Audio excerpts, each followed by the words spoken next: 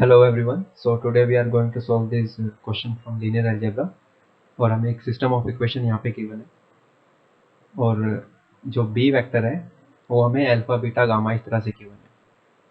ठीक है, एक सिस्टम ऑफ इक्वेशन हमें गिवन है A X equals to B where B vector is given by this. Now जो सिस्टम ऑफ इक्वेशन हमें गिवन है, if it has at least one solution, मतलब कि या तो वन सोल्यूशन या तो यूनिक सोल्यूशन है या फिर इनफाइनाइटली मेनी सोल्यूशन है, लेकिन कम से कम एक सोल्यूशन जरूर है। इसका क्या मतलब है कि सिस्टम कंसिस्टेंट है। तो ये पूछ रहा है अगर सिस्टम कंसिस्टेंट है तो इनमें से क्या ट्रू है। ठीक है, विच ऑप्शन इज करेक्ट और are correct because more than one answer may be correct. So let's try to solve this question. Now first of all हमें क्या करना होगा, जो भी सिस्टम ऑफ इक्वेशन हमें गिवन है उसको हम एक मैट्रिक्स फॉर्म में लिख लेंगे।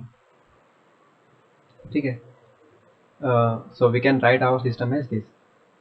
So the system is ax is equals to b where a is this and b is this. तो अब हम करते क्या है कि अगर सिस्टम कंसिस्टेंट होता है, ठीक है, सिस्टम अगर कंसिस्टेंट होता है तो रैंक ऑफ ए बराबर होता है rank of A augmented B के, अगर if system has at least one solution. अगर नो सोल्यूशन होता है तो ये बराबर नहीं होता है। ठीक है, तो सिस्टम कंसिस्टेंट है मतलब ये दोनों रैंक बराबर है। तो इस बात का यूज करके हमें देखना है कि कौन सा ऑप्शन करेक्ट है। ठीक है, तो पहले हम क्या करेंगे, रो एक्लन फॉर्म में कन्वर्ट कर लेंगे ताकि हमें रैंक देखने में आसानी हो। ठीक है, तो रो एक्लन में कन्वर्ट करने के लिए हमने पहले इसको जीरो किया बाय यूजिंग दिस ऑपरेशन, फिर इसको जीरो किया बाय यूजिंग दिस ऑपरेशन। अब ये मैट्रिक्स जो है हमारी वो रो एक्लन फॉर्म में बन चुकी है।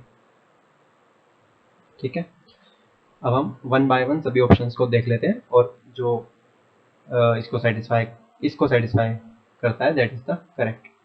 ठीक है, तो देखते हैं। If alpha is equals to 1 then gamma is equals to 1, मतलब कि कहना चाह रहा है कि अगर अल्फा को तुम 1 रख दोगे देन ये इंप्लाई करेगा कि गामा भी 1 ही होगा।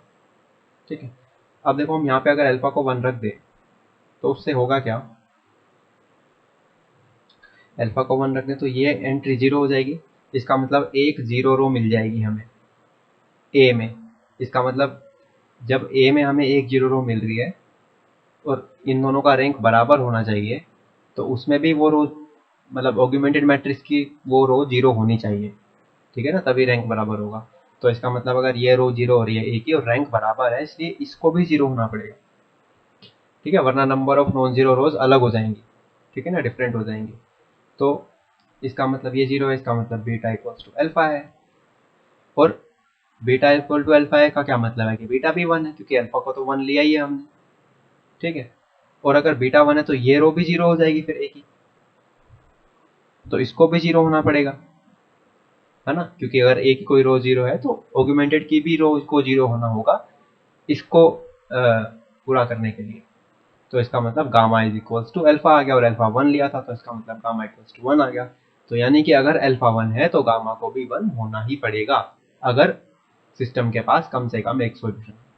If system has at least one solution then if alpha is equals to 1 then gamma has to be equals to 1. So that is why option A is correct, but more than one answer भी हो सकते हैं, तो हमें B को भी check करना होगा। अगर बीटा की वैल्यू 1 रख दें तो देखो ये रो 0 हो जाएगी।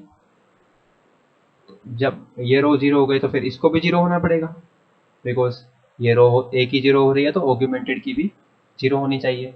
तो इसका क्या मतलब हुआ कि gamma is equals to alpha आ गया। अगर बीटा को 1 रखेंगे तो इसका मतलब ये भी करेक्ट है, ये भी करेक्ट है।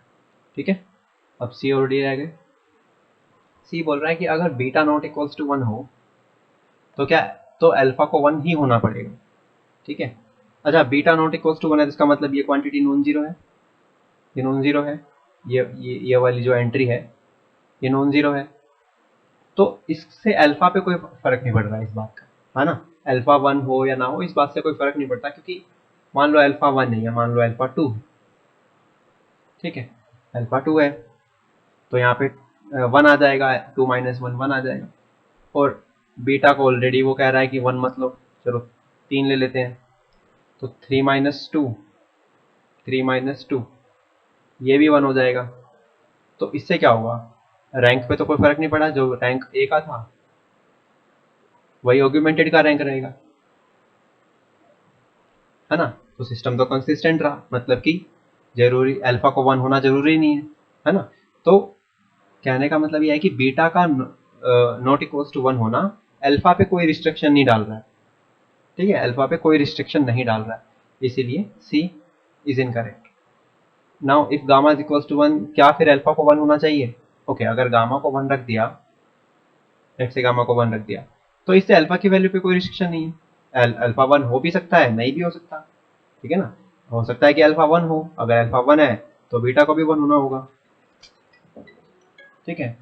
तो अगर अल्फा 1 नहीं है तो बीटा कुछ और हो जाएगा, मतलब कि गामा का 1 होना अल्फा पे कोई रिस्ट्रिक्शन नहीं डाल रहा है, ठीक है ना, to make the system consistent, ठीक है। कंसिस्टेंट मतलब ये होने पे कोई अल्फा पे कोई रिस्ट्रिक्शन नहीं है, so that's why D is also incorrect.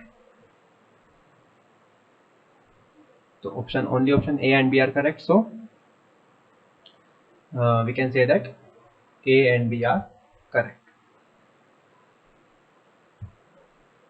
So that's it for today, and thank you for watching.